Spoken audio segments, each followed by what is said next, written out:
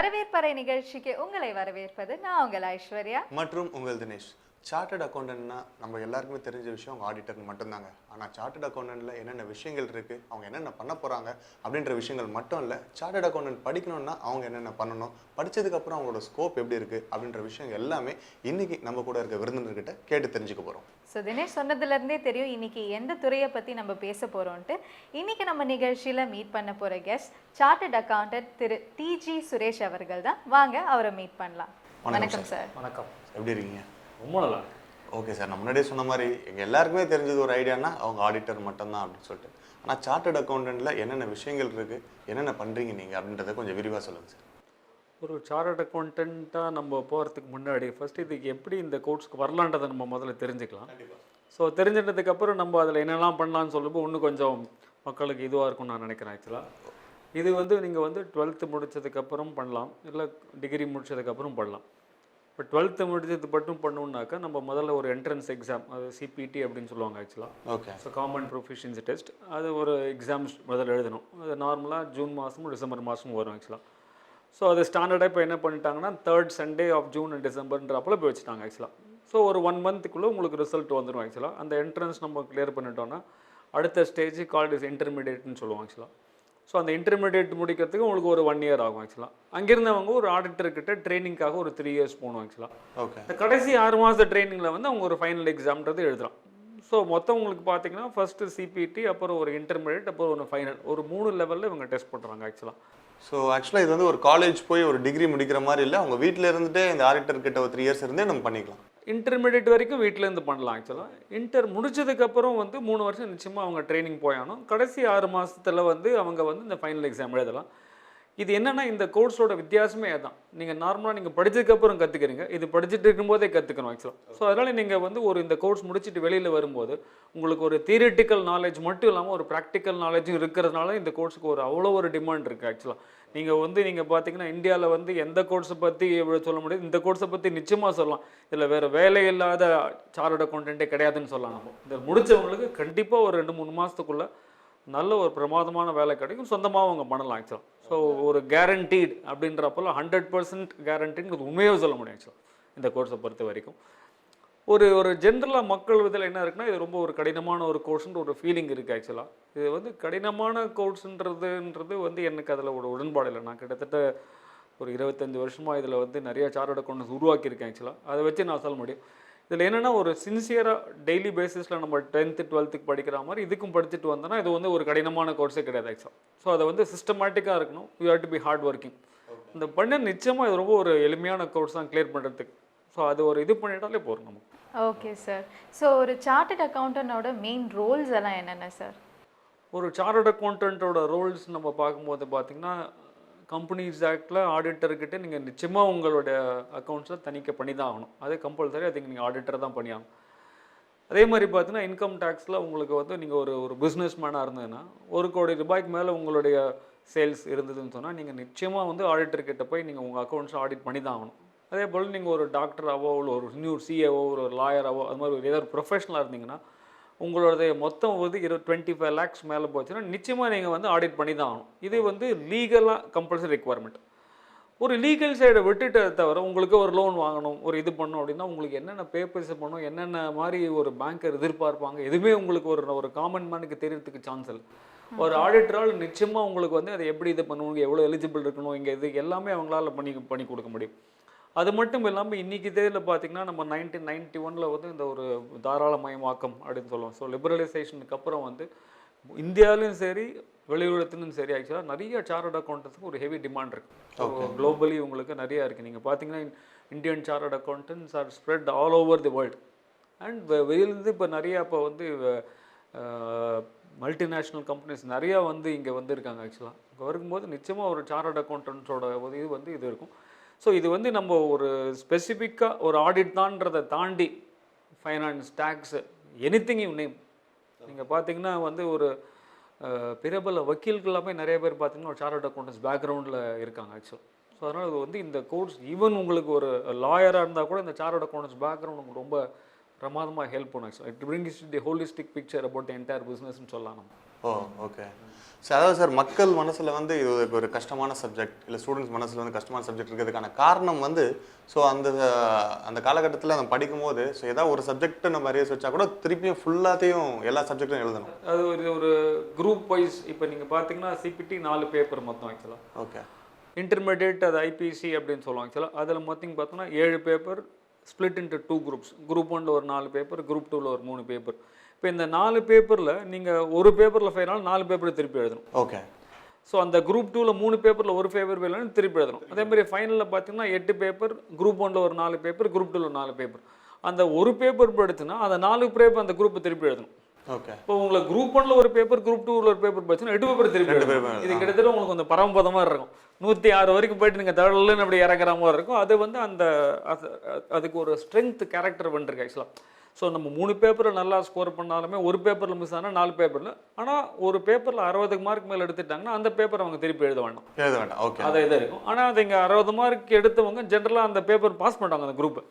So 60 mark ஒரு paper எடுத்து fail ஆகிறதுக்கான சான்ஸ் கம்மி. இதில் நம்ம எல்லாமே இந்த மாதிரி எடுத்து எப்படின்னா ஒரு பேப்பருக்கு 40 எடுக்கணும், ஆவரேஜ் 50 எடுக்கணும்.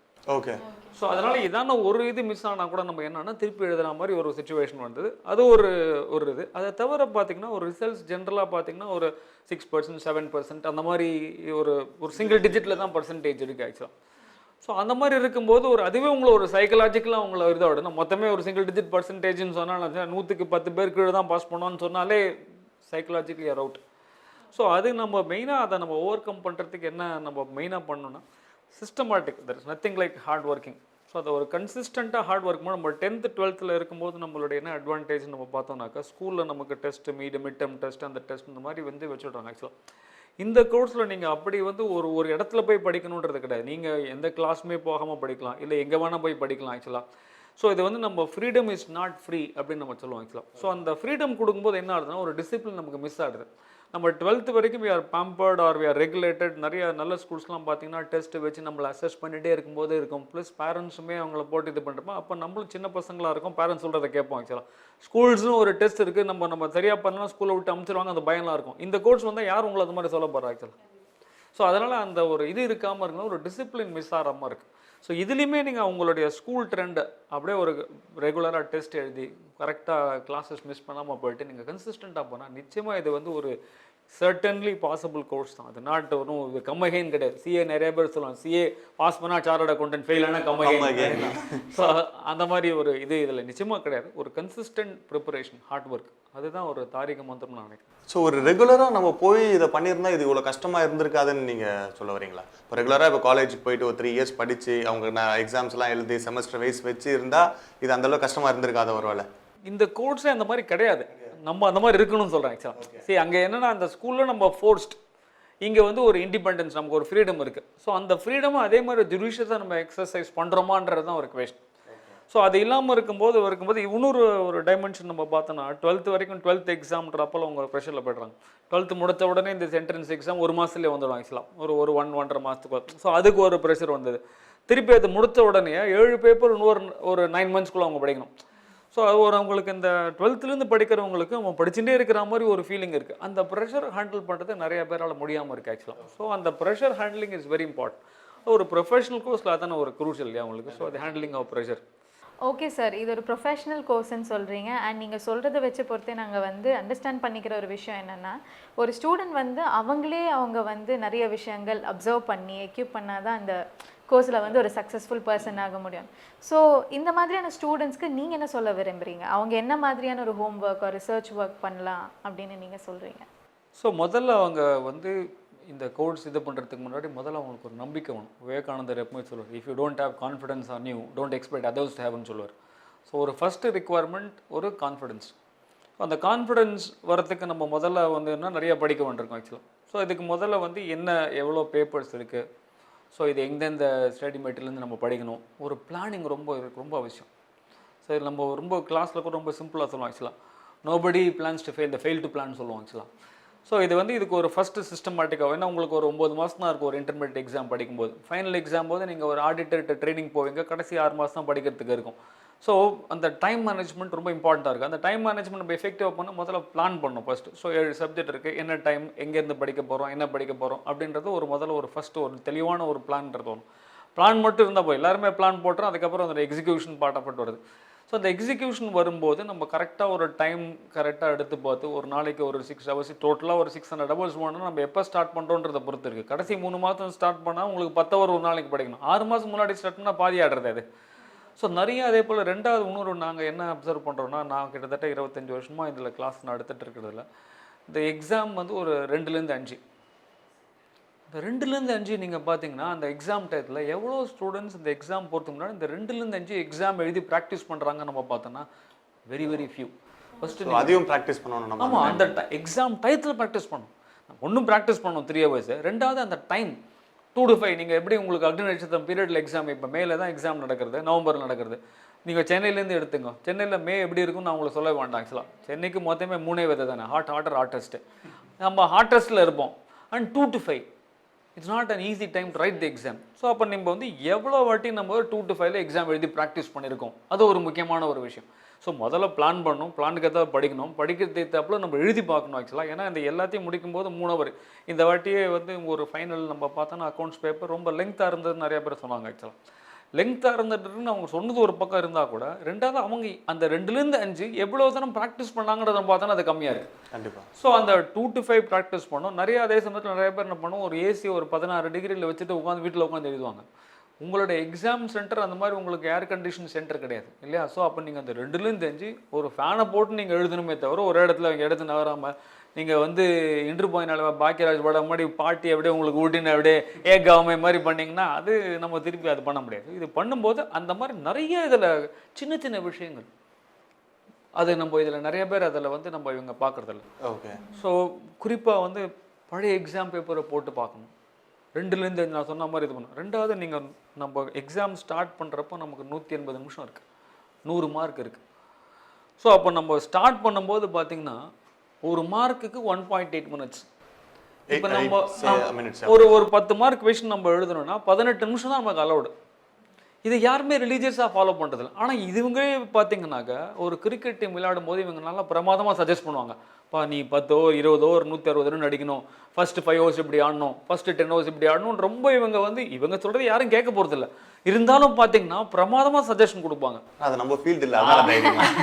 அதே சஜஷன் இவங்களுக்கு எடுத்துட்டான்னு வச்சுங்களேன், ரொம்ப சிம்பிள். ஒரு 10 மார்க் நம்ம 2 மணிக்கு ஸ்டார்ட் பண்ணுறோம், 18 நிமிஷம் வரைக்கும் டைம் இருக்குது. நம்ம 15 நிமிஷத்தில் முடிச்சிட்டோம்னு வச்சுங்க, ரீகால்குலேட் அகெயின். ஸோ நமக்கு திருப்பி இப்போ இருக்கிறது 165 நிமிஷம், இருக்கிற மார்க்கு 90. இப்போ ஒரு மார்க்குக்கு எவ்வளோ நிமிஷம் வருது? இதை நீங்கள் ஒரு சிஸ்டமேட்டிக்காக பண்ணாங்கன்னா பேப்பர் வந்து 5-10 நிமிஷம் முன்னாடியே அழகாக முடிச்சிடலாம். ஸோ இது நீங்கள் ஒரு அப்படியே நம்ம பார்த்தோன்னா முதல்ல எங்கேருந்து படிக்கணுன்றது ஒரு பிளான் போட வேண்டியிருக்கு, படித்ததை எழுதி பார்க்கணுன்ற ஒரு பிளான் பண்ணிருக்கு. அது எழுதி பார்க்குற டைம் எக்ஸாம் டைமாக இருக்கணும். அந்த எக்ஸாம் டைமுக்கு அப்புறம் திருப்பி ஃபைனலாக அதை எக்ஸிக்யூட் பண்ணும்போது ஒரு மார்க் ரைட் ஹேண்ட் சைடில் போடும்போது எவ்வளோ மினிட்ஸ், இதை ஒரு சீக்வன்ஸ் இருக்குது. நிறைய பேர் இன்னொன்று பார்த்தீங்கன்னா அங்கே கிளாஸ்லேயே நாங்கள் பார்க்கும்போது பார்த்தீங்கன்னா வந்து கால்குலேட்டர் கொண்டு வர மாட்டாங்க, மொபைல் தான் கால்குலேட்டர், மொபைல் தான் எல்லாமே ஆல் இன் ஆல். நீங்கள் மொபைல் எக்ஸாமில் நாட் அலவுட். பட் நீங்கள் ஒன்று பார்த்தீங்கன்னா ஒரு கால்குலேட்டர் நம்ம யூஸ் பண்ணுறோன்னா அந்த கால்குலேட்டர்லேயே நம்ம யூஸ் பண்ணும்போது நமக்கு ரிதம் நல்லாயிருக்கும். இப்போ உங்களுடைய மொபைல் ஃபோனில் நீங்கள் யூஸ் பண்ணுற ஸ்பீடு, என் மொபைல் நான் உங்களுக்கு கொடுத்தீங்கன்னா அந்த ஸ்பீடு உங்களுக்கு டைம் ஆகும் வரது. கண்டிப்பாக. பட் என்னோட மொபைல் நான் கண்ண மூடி நான் பண்ணுவேன் நான். ஸோ என்னோட லேப்டாப்பில் நான் கண்ண மூடி நடிப்பேன், ஏன்னா எனக்கு பழக்கம். ஸோ அந்த ஒரு 6 மாதம் நம்ம படிக்கிறப்போ அதே கால்குலேட்டர் யூஸ் பண்ணுவோம். பேனா நீங்கள் பென் யூஸ் பண்ணும்போது கரெக்டான பென், நீங்கள் என்ன பேனா யூஸ் பண்ண போகிறோம், ஏன்னா ஒரு பேனா ஒரு மொமெண்டம் இருக்கும். நீங்கள் என்ன பேனா வேணால் யூஸ் பண்ணுங்கள், பட் அந்த பேனா ஒரு லாஸ்ட் 5 months. இன்னொரு இது பார்த்தீங்கன்னா அவங்க கிளாஸில் இருக்கும்போது நோட்ஸ் எழுது, படிக்கும்போது நோட்ஸ் எழுது, அதெல்லாம் ரொம்ப அழகாக எழுதணும். ரொம்ப நான் ஒன்று பார்த்தோன்னா எக்ஸாம் இவங்களுக்கு நடத்துறது ரூல்டு ஷீட்டில். நீங்கள் நிறைய பேர் பார்த்தீங்கன்னா ஒரு டைரியில் எழுதிட்டு இருப்போம். டைரியில் வந்து ஃபோன் நம்பர் எழுதணும், எக்ஸாம் நோட்ஸ்லாம் அதை எழுத முடியாது. ஸோ அந்த உங்களோட சின்ன சின்ன விஷயங்கள் இன்றைக்கி நீங்கள் பார்த்தீங்கன்னா இப்போ நீங்கள் நம்ம ஒரு சின்ன சின்ன விஷயங்கள் நம்ம ஒரு கேமரா வைக்கிறதுல எங்கேருந்து வைக்கிறதுலேருந்து நம்ம பல விஷயங்கள் நம்ம பார்க்குறோம் நுணுக்கமாக. அப்போ தான் அந்த ஃப்ரேம் அழகாக வரும். அவ்வளோதான். இந்த நுணுக்கம் வந்து அதுலேயும் உணவு சின்ன சின்ன விஷயங்கள் தான். யாருமே பேனா, கால்குலேட்டர், டைமிங், எந்த டயத்தில் எழுதணும், இதெல்லாம் யாரும் நம்ம இது பண்ணல. இது வந்து இதை விட்டுட்டு ஒரே ஒரு ஆங்கிள் மட்டும் பார்க்குறாங்க, எவ்வளோ ரிசல்ட் பர்சன்டேஜ், அப்படி பார்த்து போக முடியாது. இதெல்லாம் நீங்கள் வந்து அழகாக ஒரு சின்ன சின்ன விஷயங்களை வந்து அழகாக ஒரு இது எடுத்துகிட்டு பார்த்தீங்கன்னா ரொம்ப ஈஸியான கோர்ஸ். நான் சொன்ன மாதிரி மொத்தமே வந்து ஒரு 121 கோடி பாப்புலேஷனில் ஒரு 2 to 2.5 lakh ஸ்டார்டர்ட் அக்கௌண்டன்ஸ் தான் இருக்காங்க ஆக்சுவலாக. அப்படின்னா நீங்கள் பாருங்கள், ஆக்சுவலாக இப்போதைக்கு வந்து நம்மளோட இதில் வந்து ஒரு 3% தான் வருமான வரியை செலுத்துகிறாங்க. கவர்மெண்ட் வந்து நிறைய பேர் இதில் உள்ளே வரணுன்றப்பெல்லாம் பார்க்குறாங்க. இப்போ பார்த்தீங்கன்னா இப்போ ஃபினான்ஸ் மினிஸ்டர் கூட சொல்லியிருக்காரு, Tier 2 சிட்டிஸ், Tier 3 சிட்டிஸ்லாம் கூட நம்ம மூவ் பண்ணணும், நம்ம நம்பர் ஆஃப் பீப்புள் ஜாஸ்தி ஆக்கணும். ஸோ அவங்க வந்து இதை வந்து மொத்தம் டேக்ஸ் பேயர்ஸ் ஒரு 10 கோடி பேருக்கு நம்ம ஆக்கணும்னு நினச்சாங்கன்னா நீங்கள் யோசிச்சு பாருங்கள். ஆக்சுவலாக நம்ம ஒரு சார்ட்டர்ட் அக்கௌண்டன்ட் ஆப்பர்ச்சுனிட்டினா ஒரு இன்கம் டேக்ஸ்னோடனே டக்குன்னு ஞாபகம் வருது பார்த்தீங்கன்னா நிச்சயமாக வந்து ஒரு ஆடிட்டர் தான். இன்னும் இதுவே கிடையாது. இன்ஃபேக்ட் ஒரு சில சமயம் நான் ரொம்ப பார்க்கும்போது ஒரு என்னோட கிளைண்ட் ஒருத்தர் பார்த்தீங்கன்னா ஒரு என்னோட இதில் வந்து ஒரு என்னோட டேபிளில் வந்து ஒரு நோட்டீஸ் இருக்குது. பார்த்தீங்கன்னா வந்து ப்ராப்பர்ட்டி டேக்ஸஸ் நீங்கள் கட்டணும் சென்னை கார்பரேஷன் கொடுத்துருக்காங்க. ஆக்சுவலாக இவருக்கு ஃபோன் பண்ணி வந்து என்ன சார் ப்ராப்பர்ட்டி டேக்ஸ் நீங்கள் கட்டணும் கொடுத்து எனக்கு அனுப்பிச்சிருங்க அப்படி. இல்லை சார் அக்கௌண்டன்ட் ஏதோ ஒரு டேக்ஸ் நோட்டீஸ் வந்துட்டுன்னு சொன்னார் உடனே உங்களுக்கு சாங்க.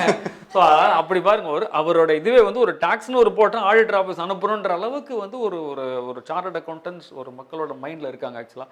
ஸோ அது மட்டும் இல்லாமல் நீங்கள் சொல்லும் போதே பார்த்தீங்கன்னா ஒரு 10 கோடி பேர் வந்து டேக்ஸ் கட்ட போகிறாங்க அப்படின்னா ஸோ சிஏ அதாவது சார்ட்டர்ட் அக்கௌண்டன்ட்க்கு வாய்ப்புகள் அதிகம்னு சொன்னீங்க. அது மட்டும் இல்லாமல் பார்த்தீங்கன்னா நம்ம எக்கனாமிக்கலாகவும் கொஞ்சம் நம்ம வளர்ந்துருவோம் இல்லைங்களா? ஸோ 10 கோடி பேர்ன்றது ஒரு 20 கோடி பேராக நம்ம டேக்ஸ் பே பண்ணுறாங்கன்னா நம்ம எக்கனாமிக்கலாகவும் இன்னும் நிறைய வளர்றதுக்கான வாய்ப்புகள் இருக்கும். நிச்சயமா அதுக்கு நம்ம வந்து ஒரு சார்ட்டர்ட் அக்கௌண்டன்சி அதுக்கு உதவியும் பண்ணுவோம். நம்ம ஒரு வந்து இப்போ உங்களுக்கே நீங்கள் சார் நான் ஒரு ஃபாரின் போகலான் இருக்கேன், நான் லோன் வாங்கலான் இருக்கேன்னா நீங்கள் கிட்ட பார்த்தீங்கன்னா நான் சொல்லுவேன், ஃபஸ்ட்டு நீங்கள் வந்து இது வரைக்கும் நீங்கள் வந்து இன்கம் டேக்ஸ் கட்டிருக்கீங்களா? ஏன்னா நீங்கள் இந்த இன்கம் டேக்ஸ் கட்டினா தான் ஒரு பேங்க் லோன்லேருந்து ஆரம்பித்து வெளிநாடு போகிறது எல்லா இடத்துக்குமே இது ஒரு இது இருக்கும். ஸோ உங்களுக்கு டேக்ஸ் வரலனா கூட ஒரு நில்டன் ஃபைல் பண்ணுறது பெட்டர். அந்த மாதிரி வந்து இந்த அரசாங்கம் வந்து அந்த ஒரு வைடனிங் ஆஃப் டேக்ஸ் பேஸ்ன்றப்போ ஒரு chartered accountants place a very very important role. So helping the government, helping the people. Super sir. இன்னைக்கு வந்து நிறைய விஷயங்கள் வந்து சார்ட்டர்ட் அக்கௌண்டன்ட் பற்றி நாங்கள் தெரிஞ்சுக்கிட்டோம். எங்களை பொறுத்த வரைக்கும் வந்து சார்ட்டர்ட் அக்கௌண்டன்ட் படித்தவங்க வந்து வெறும் ஆடிட்டிங் அப்படின்னா நாங்கள் இது வரைக்கும் எங்களுக்கு ஒரு knowledge. But so many things you shared with us. Thank you so much sir. Pleasure. So thank you both of you. Thank you. நன்றி சார். ஓகே நேயர்களே, இன்னைக்கு சார்ட்டர்ட் அக்கௌண்டன்ட் பற்றி நிறைய விஷயங்கள் நம்ம தெரிஞ்சுக்கிட்டோம். ரொம்பவே யூஸ்ஃபுல்லாக இருந்ததுன்னு நான் நம்புகிறேன். இதே மாதிரி வேறொரு சூப்பர் கெஸ்ட்டுடன் வரவேற்பறை நிகழ்ச்சி தொடரும்.